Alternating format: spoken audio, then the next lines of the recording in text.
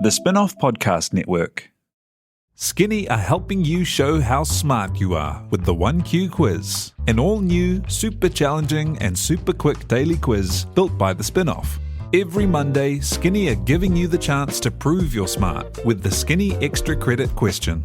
Get it right, and you'll get the chance to score yourself some Skinny Extra mobile credit, so you can text, call, or even video call your group chat and gloat about how big your brain is. T's and C's apply.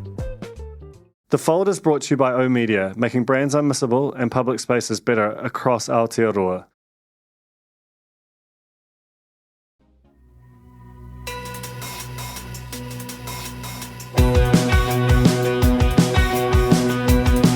No mai, hoki mai ki a The Fold, e mihi nei ko Duncan Grieve tōku ingoa. My guest this week is Oliver Driver, who is the producer of Shortland Street, a show you might have heard of and might have a strong opinion on. You might not love it, but I do, and I think on some level this episode is making the case for why everyone should, because this show contains.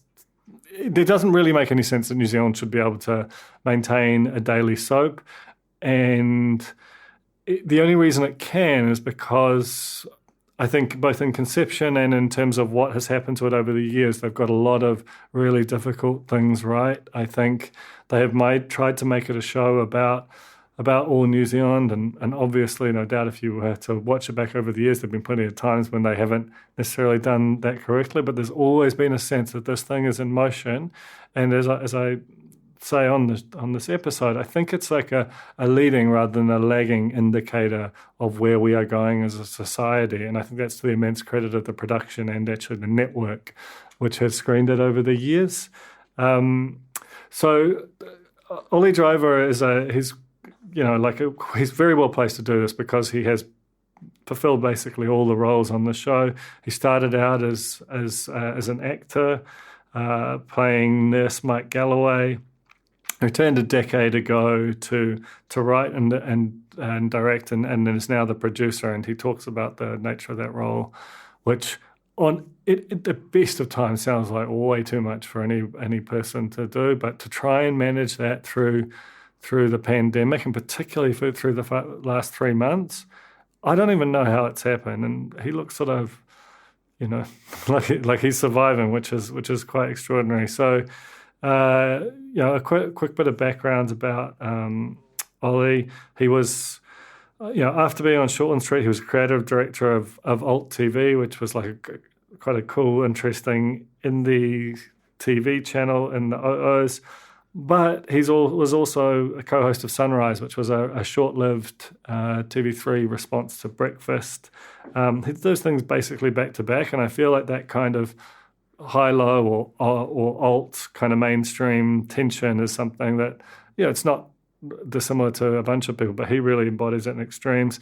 He's voiced multiple Power Rangers, had a talk show on News Talk ZB, but he's also, been a huge part of Auckland's theatre community over the years, and I feel like I remember him having like a big kind of stoush, as they say in our industry and nowhere else, with Peter Calder about the function of criticism. So he's not afraid to get into it, and it's probably you need that to do a role like this.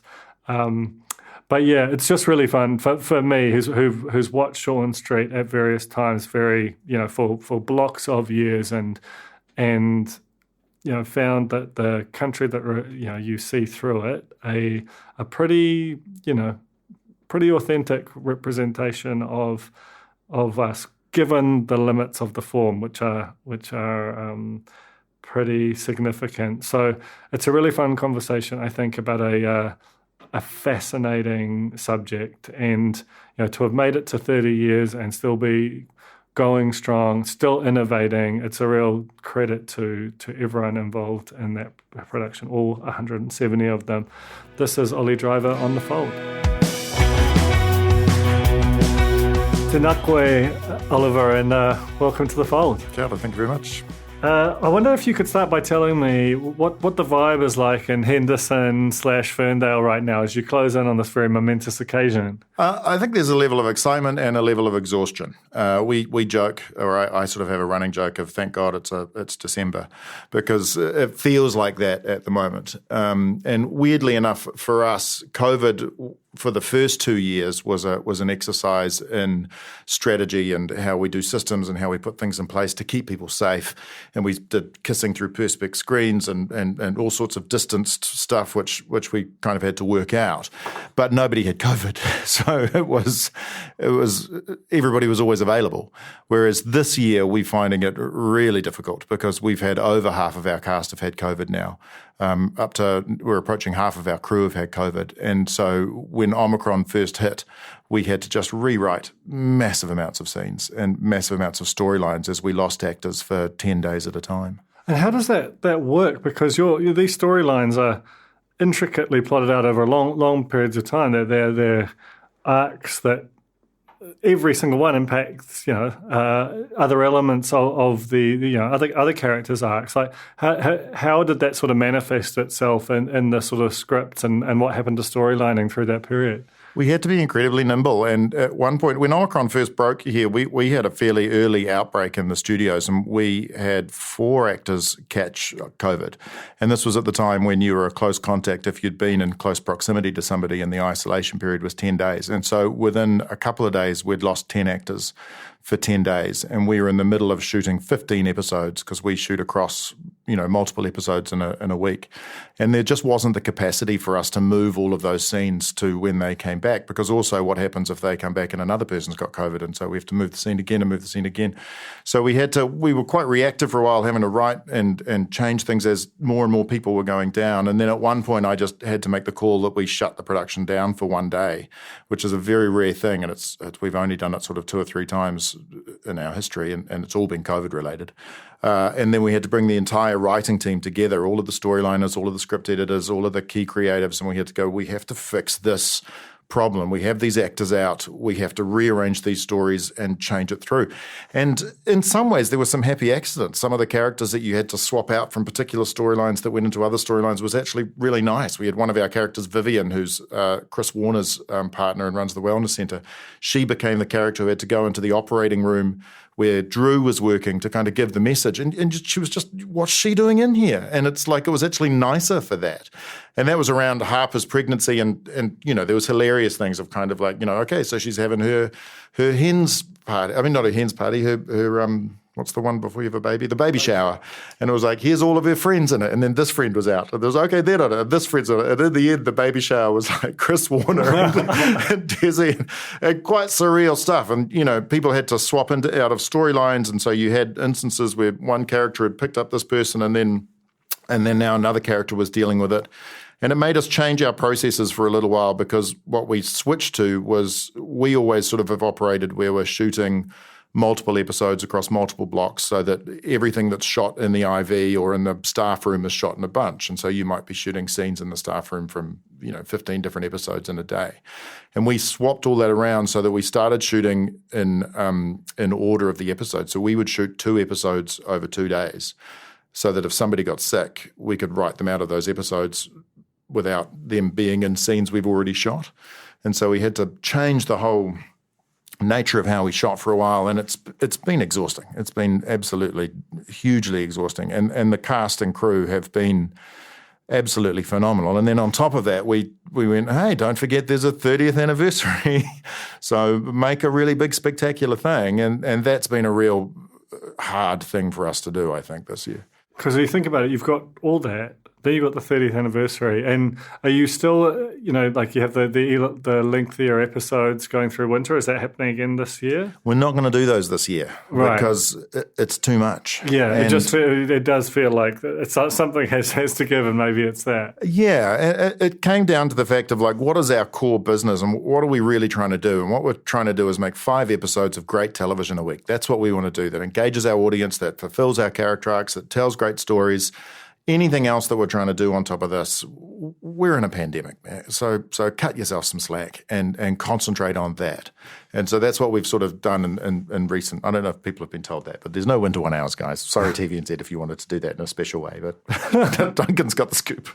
Oh, it's good to get scoops on the show. I mean, and through all that, there is, that impacts the whole of the show, but it particularly impacts you. Ultimately, you have to figure all that out in your role as producer. Producer means a bunch of different things in different contexts, but on a 5-day-a-week, almost all weeks of the year show like Shortland Street, describe what the role is and how long you've been doing it, and just what a hurricane the pandemic has been for the producer of the show. I guess in normal years, what the producer does is oversees the entire production of the show. So from the creation of storylines for all the different characters, you're part of that team, you're working out where the storylines go for everybody. And then through every step of the process, through choosing who's in it, who's directing it, can you tell me whether we want this dress, or what do you think this person should be wearing?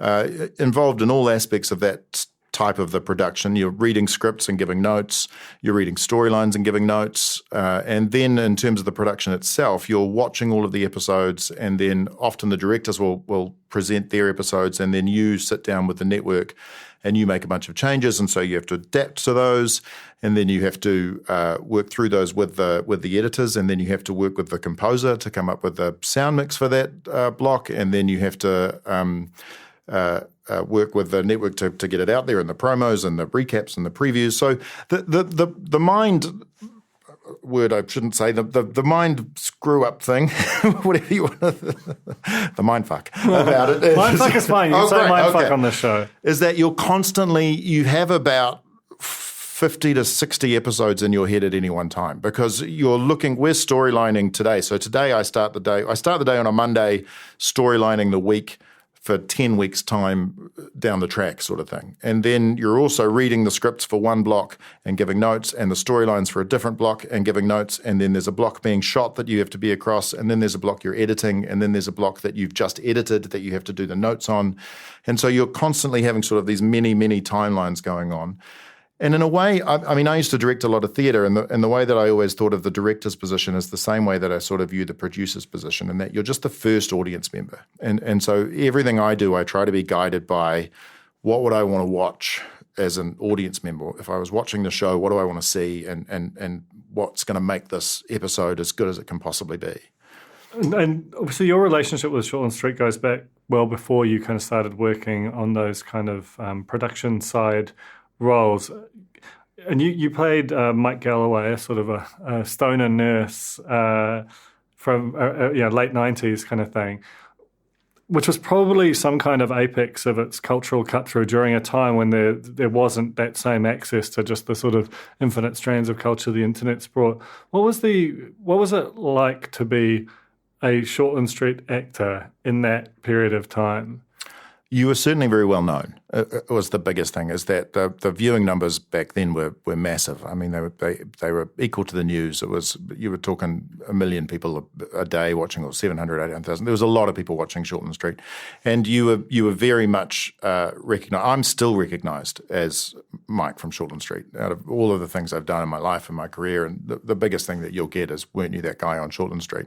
I mean, there's an old joke which is that you're not an actor until you've been on Shortland Street, because it's I'm an actor. Oh, I haven't seen you on Shortland Street. Yeah. So it was definitely, and it was a fantastic time. There was a really great cast when I was on. Simon Bennett was the producer, and he had brought in a lot of theatre actors, and so it was Peter Elliott and Johnny Lee and Tandy Wright and Geraldine Brophy and all of these fabulous actors, and it was like learning how to act. It was like a training ground. You got to.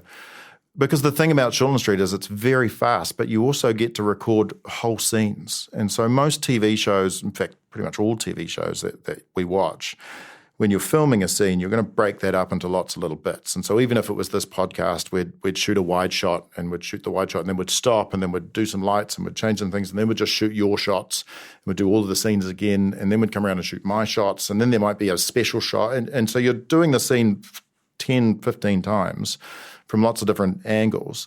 and it will take you 2 to 3 to 4 hours. Whereas in Shortland Street, you come in and you shoot the whole scene, and it takes 20 minutes, and you're done.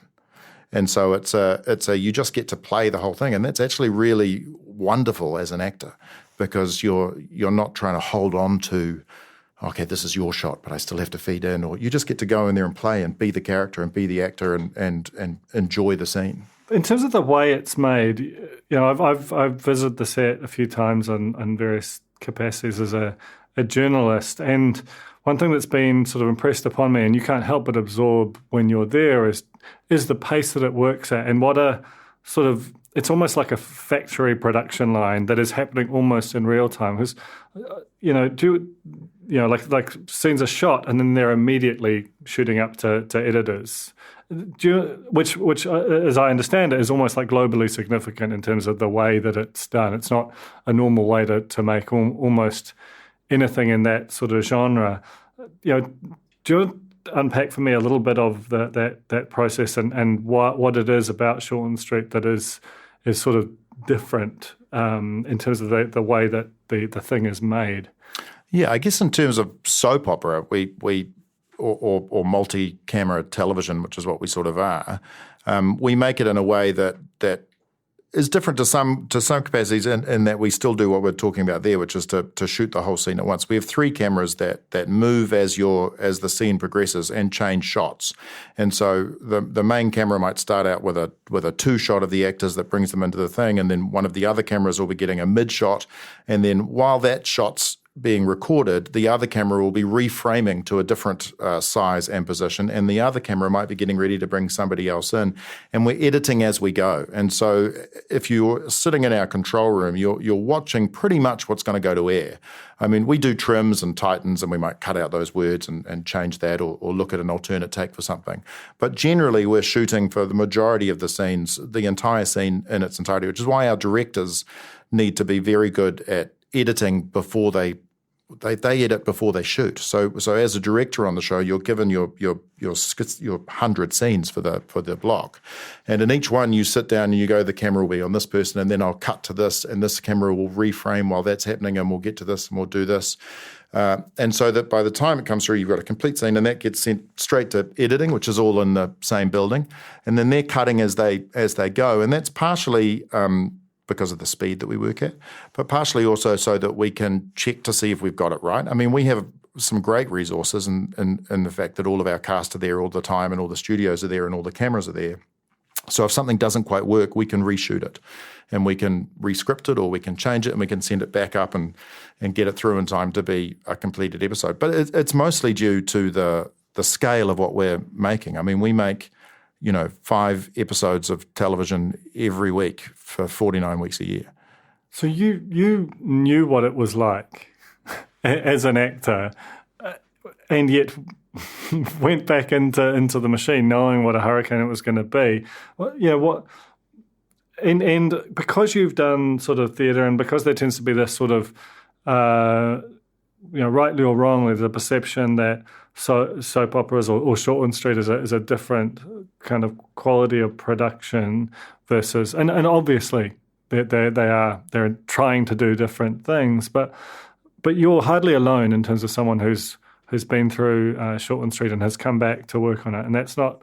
It doesn't seem to me, based on having had conversations with some of those people, that it's not just a function of it. It's a gig. It's actually people sort of understand there's something kind of unique and specific about what it is and the function it provides to the country. What was it that drew you back? I think it's the people that work there and the ability to train. If Shortland Street was made in any other country in the world, you would not have the level of technical expertise and skill and talent that you have working for Shortland Street in New Zealand.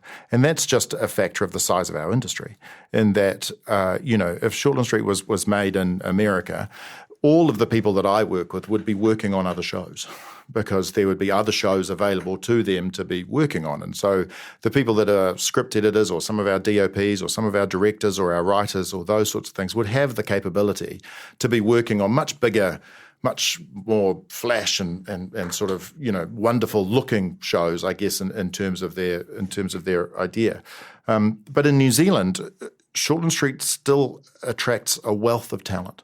And I think that's one of the reasons why Shortland Street is really good, is that the people that I work with here would be working on any really amazing television show. And so it's a really good training facility. It brings people through and it spits them out and they go off and do, other projects and wonderful things, but it also retains a lot of talent. And it is a place where you can work with some pretty special people to make something that is much bigger than the sum of its parts, I guess. So for me, it was the people, but it was also the training. I mean, Shortland Street trained me to be an actor, and then it trained me to be a director, and now it's training me to be a producer. So in those respects, it's a massive training ground. Because and I've heard that expressed by multiple people over the years, and it's funny, right? Because Shortland Street is actually one of the very few, might be the only drama that is effectively self-funding, versus it had a couple of years of New Zealand Air funding right at the start, but ever since then, and it was expressly predicated on, we will get this going, and then it has to kind of wipe its own face. And very few television productions have had that kind of a journey, certainly nothing like at this kind of scale. The ratings are coming back, and while there is it is one of, if not the most popular on TVNZ on demand production, it's funny because as we move into the merger of RNZ and TVNZ, and the idea that they might be more public spirited or more sort of charter centric, it almost feels to me like there might be a case now, or certainly in the future, to say, even if this thing doesn't quite pay for what must be very considerable costs commercially, it has this function for the industry in terms of making it sustainable and just training people at hyper speed to forget their bullshit and focus on making something. Can you see an argument for that, or a way that it interacts with our other sort of training grounds and effectively as a kind of finishing school that really there isn't anything else like in this country? I mean, absolutely. You look at almost any person working in the film and television industry, and they will have got their start on Shortland Street. I mean, certainly there's more productions now, so that you can begin your career in more in other productions and grow a career quite happily without having ever worked on Shortland Street. But we do train a phenomenal amount of people, and they do go out there into the world and allow us to be able to make other TV shows. I mean, arguably, I don't know if Pacific Renaissance and all of the things that they did with Hercules and Xena would have been able to be done had we not been training people up to be able to go out there and know how to work in a film set and know how to be really good at their jobs. So I think, we're a training ground. But the other thing I think for the future of Shortland Street is the fact that, it's a show that shows us. And I think that's a pretty unique and special thing for our country, is that it's not a 10-part drama about a very specific thing that happens, a crime or a passion or a vineyard or something else. The hospital is the blueprint for it, but it's just about Kiwis.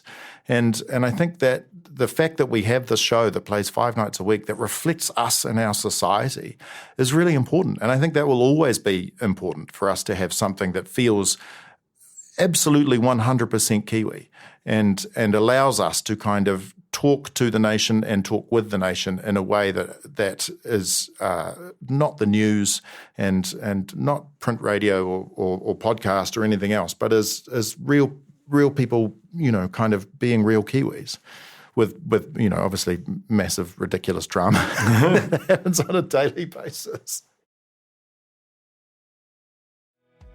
The Fold is brought to you by O Media, making brands unmissable and public spaces better across Aotearoa, with over 4,000 out-of-home advertising sites nationwide across both street furniture and retail centres. I'm super grateful to O Media for enabling us to make unmissable connections with Kiwis. Raising capital or taking your business to the world? Investment Fix has the lowdown on everything you need to make it happen. This season, we're exploring the US market, the opportunities it offers, what it takes to grow a business there, and the best way to approach investors. Join some of the superstars of the investment and business world as they share advice from their time in the US so you can make your mahi count in this massive market. The Investment Fix podcast, brought to you by Invest New Zealand. Tune in today. Ready to rediscover the joys of cycling? With over 300 kilometres of cycle paths across Tāmaki Makaurau, jumping on your bike and going for a ride is such a fun way to discover the city from a different perspective. Cycling is getting more and more popular across Auckland, so now's a great time to join the hype and give cycling a go. Head to at.govt/cycling to find your nearest cycleway today.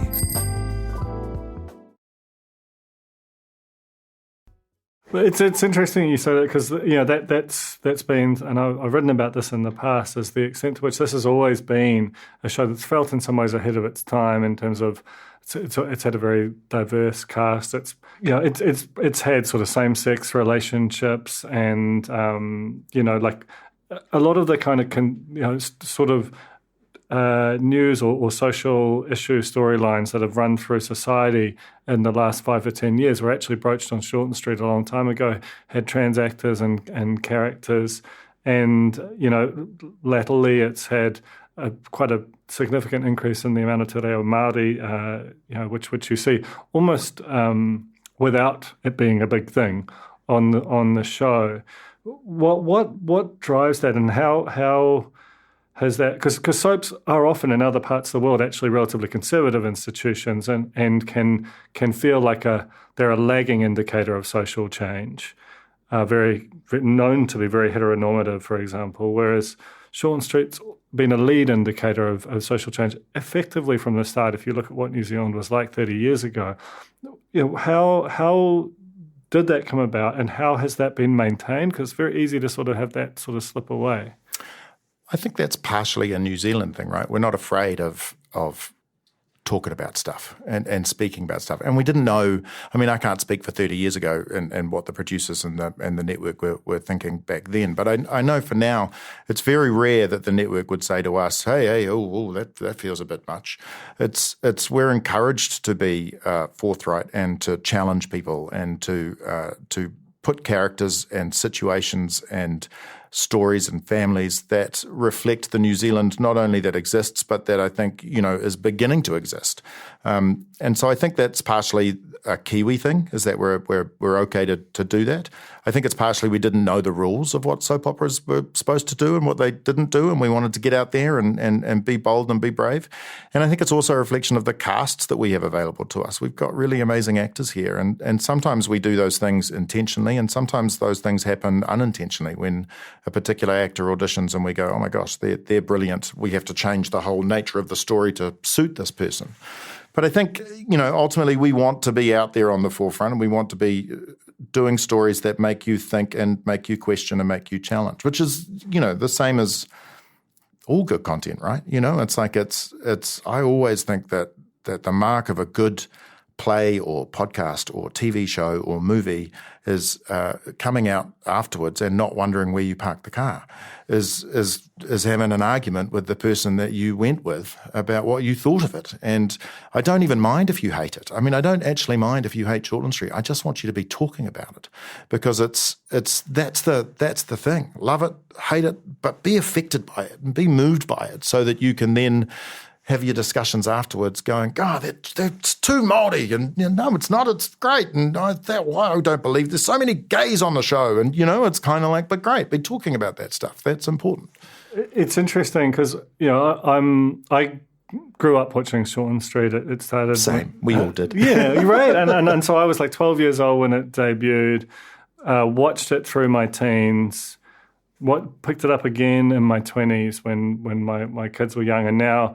my wife is watching it with our 13 and 8-year-old, and I'm sort of dipping in and out of it. And it's, the fact that it has that sort of, it is a safe space for them to see, different types of people, different sexualities, gender identities, and so on expressed on screen, but also the way that it can kind of weave in kind of contemporary social conversations. The one that you've got right now, which I think is fascinating, is Chris Warner is in the process of a slow rolling cancellation based on Well, or will it be a cancellation? I'm not quite up to date, but there's sort of footage of him in the 80s that has surfaced, and this is quite complex stuff, and it's it interacts with media, social media, with his staff, and with the kind of his Māori staff in particular. Where did that come from, and how does that sort of rip from the headlines? What sort of drives that into the a storyline like that into the script? And is there any sort of trepidation about the kind of moral complexities of it on a show that some might say isn't necessarily built for that kind of action? Look, it all comes from character and story. We sit down at the beginning of the year when we're about to go into the new season, and we look at every single character. And then what we've started to do recently is to go, I'm not concerned about what happens to them in the next month. Where do we think they are at the end of this year? So where do we think every single character and couple and group is? Should Chris be CEO in the time that we live in and the world that we are? Should Drew and Harper be together? What's going to happen with these characters? Where do we think each one of these belongs? Is anybody going to die? Is anybody going to, you kind of do that. And you build these sort of big arcs of okay, we're going to get to these places. These are the places where we want to get to all the characters. These guys are going to be safe. They're going to be a couple that are married and happy and in love. So we've got a year to mess with that, to get them back to that. Because if everybody's just in happy relationships, it's boring, right? So you want to kind of put people in pressure through that. And so for Chris, it was that one as well. Of like, okay, we've got a old white guy in charge of this hospital. It's 2022. Is that realistic? Is that what the conversation is at the moment? Where do we want to see that go? What do we want to see have happen to that? And then how do we get him there?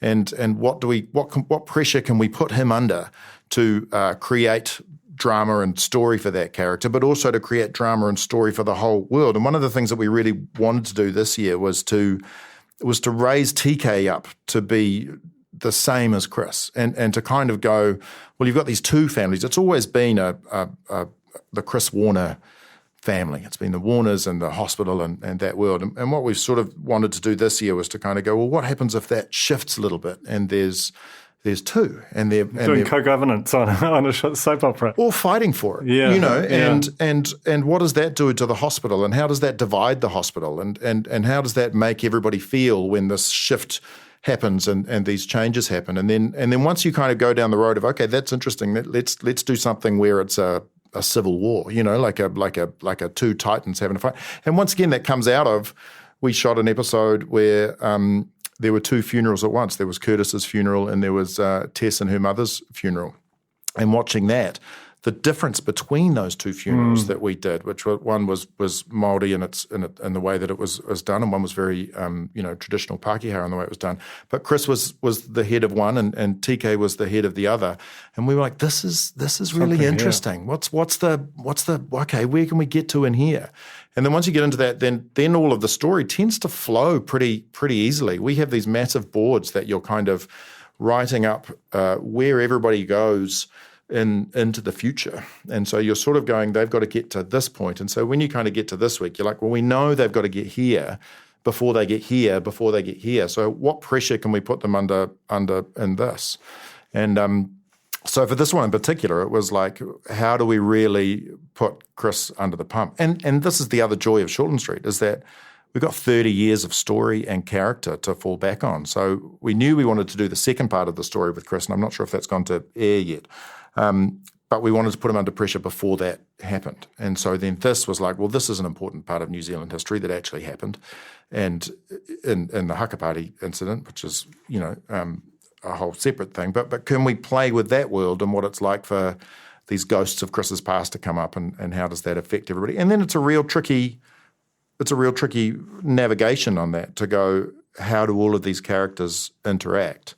But we have a lot of advisors and people on our staff who work with us when we're doing tricky storylines that we need to manage in a good way, so that we're able to kind of have robust discussions with them to work out what we should do, or how we manage these things, or how we handle different storylines. Yeah, it feels like it's been handled really deftly, and it is obviously strewn with potential for chaos. So that's pretty impressive, to be honest. It's that funny thing too, though, isn't it? Because you kind of go, okay, and we need to put some protections around the cast here because this is obviously pretty full on, and we need to. So we wrote up.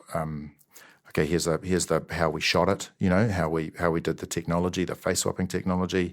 How we shot this haka. Which is kind of offensive and yucky to do, but how we did that, and we got the director Mana to write up his story. He's a kapa haka guy, so he was able to teach them the kapa haka and do that. So okay, we've got all of this ready to go.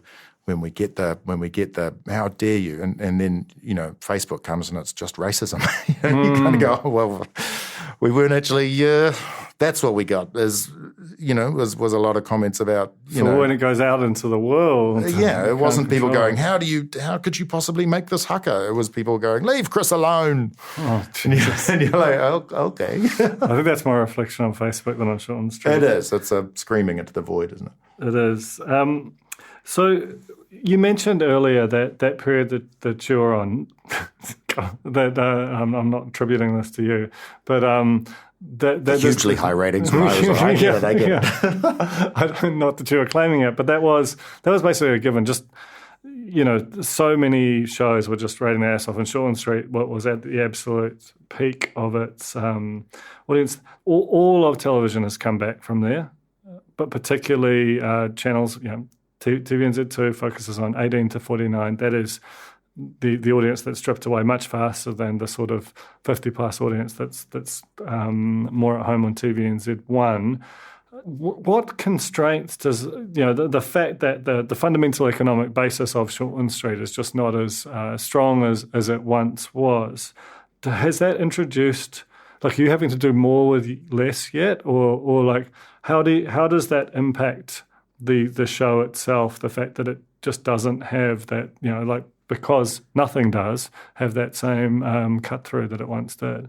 I mean, I think we're trying to do things to get people back to the show from whatever way we can, and however they can access that show. And so, like, we did an on-demand series over the summer this year called Retribution, which took one of our characters, and it was a pretty big deal for us because we've done those a few times before, and they've always just sort of been comedy, wacky things that play over the summer for people who miss Shortland Street. And then this time we were like, well, can we push Shortland Street into a different place? So Shortland Street balances on a knife edge between farce and drama, and generally stays in the middle there, but sometimes dips onto one side or dips onto the other.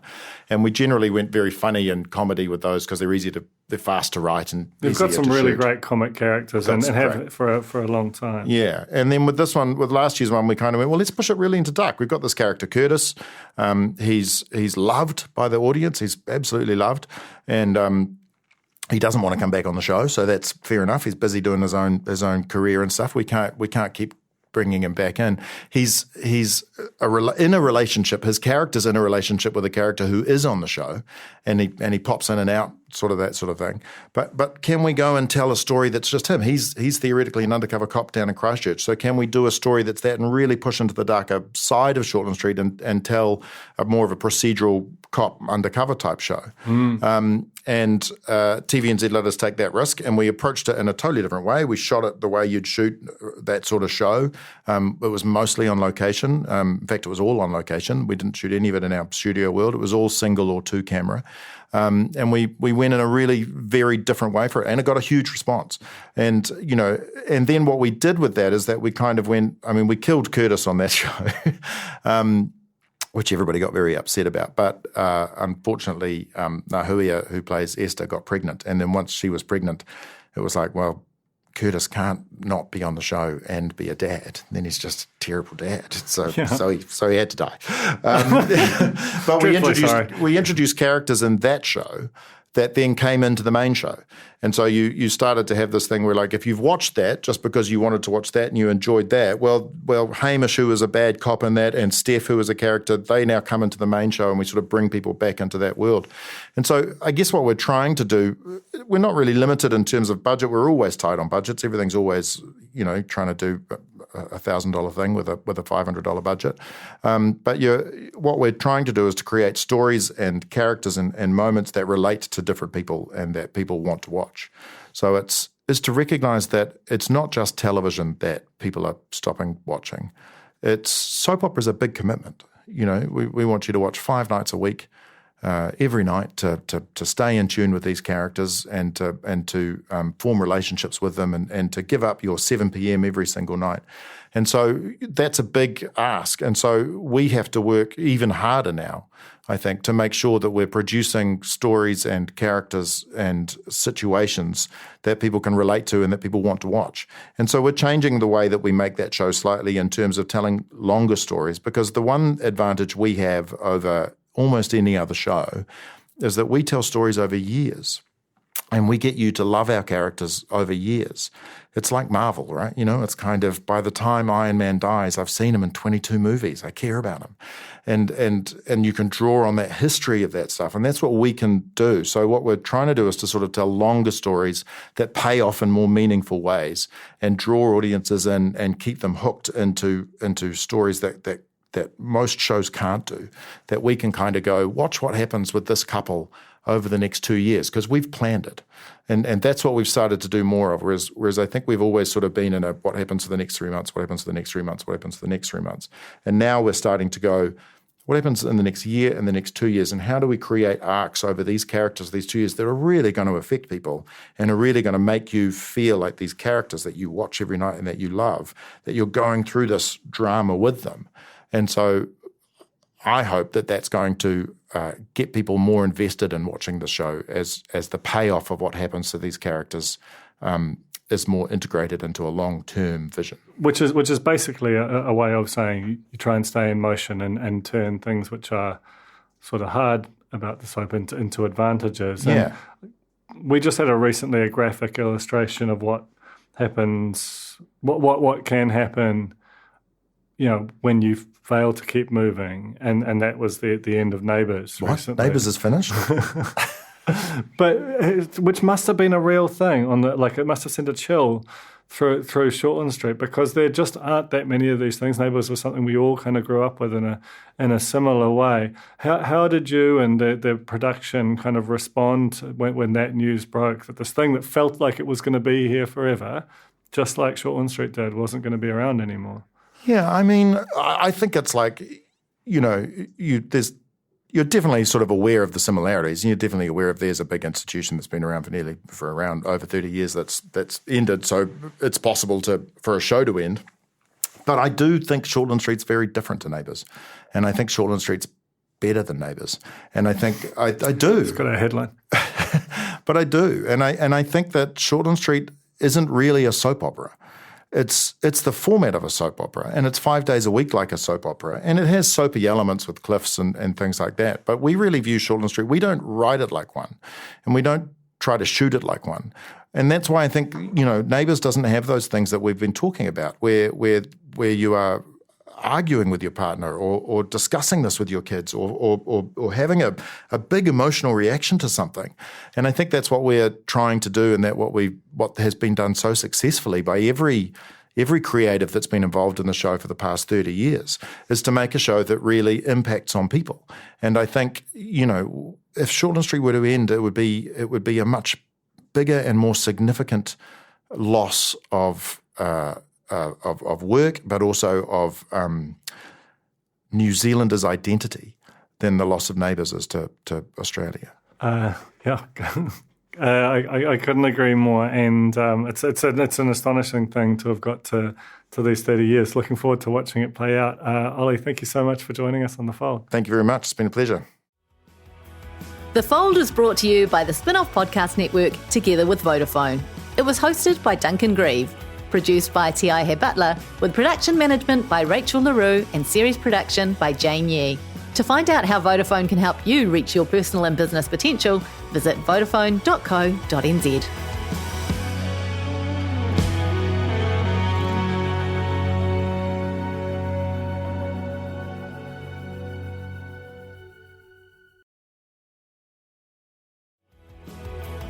That was The Fold, brought to you by our partners at oOh!media, making brands unmissable and public spaces better across Aotearoa.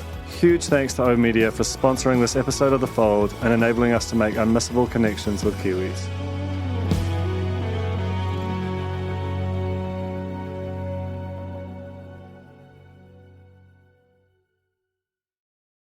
K-pop to me means more than just listening to music.